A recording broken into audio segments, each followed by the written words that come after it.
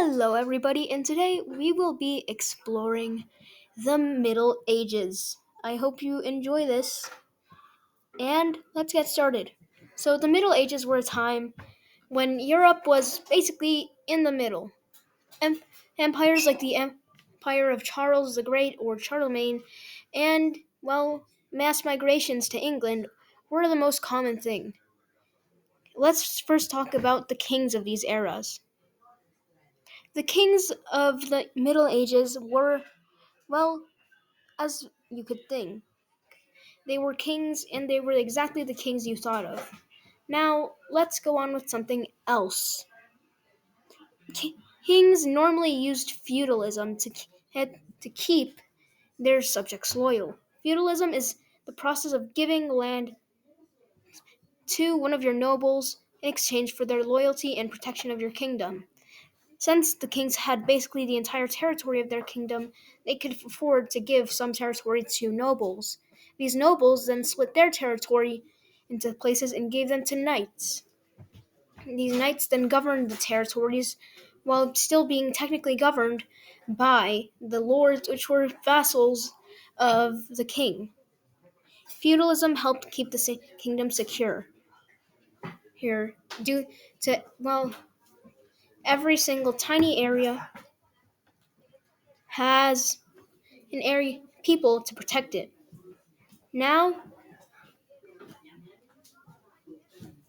I forgot what to say, but anyways, people like the feudalism system.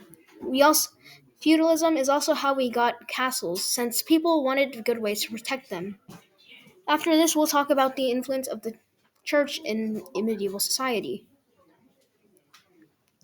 The church had a pretty big influence on medieval society. Their influences went from controlling areas in the kingdom and more. People in the Middle Ages were very religious. They would not skip a day of church, and if they did, they would be depressed. The church was one of the most important things since it had its own country, it still does. And plus, as I said before, people were highly religious. They would give basically anything for the Catholic Church, and the Catholic Church would be pretty rich at the time. Many kings in Europe were converting to Catholicism in the early Middle Ages, and basically everyone other than Western Europe, or better, the Balkans, had become Catholic.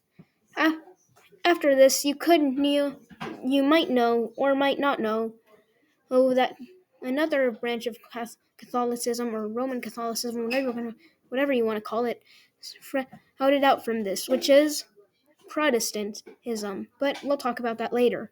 And by later, I mean if I ever make another video.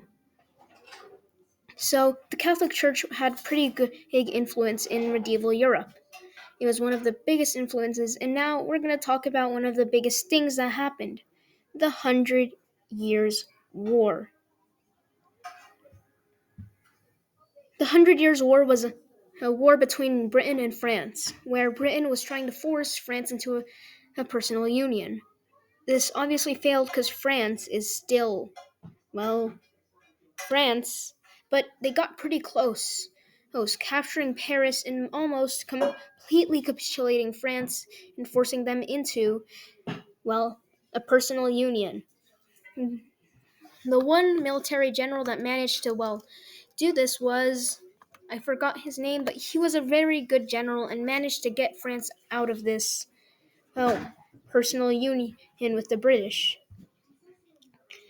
They managed to kick the British out and eventually managed to restore war power in France.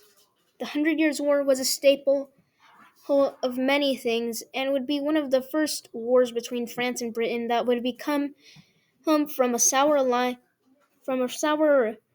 rivaling ship, I don't know what you call it, to a great alliance at the start of World War One. But World War One is almost, so many years from this that we'll talk about that again if I ever make another video.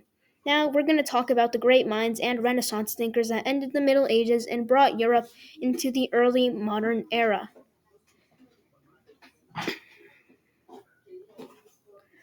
Early Renaissance thinkers were one of the most important people in European society, as he managed to excel in basically everything. Muslim controlled North Africa and Arabia also helped with this, since they were big centers of knowledge. Talking about this, there were the Crusades, but we ain't talking about that right now. Actually, the Crusades were to go get the Muslims out. Yay, Crusade, whatever.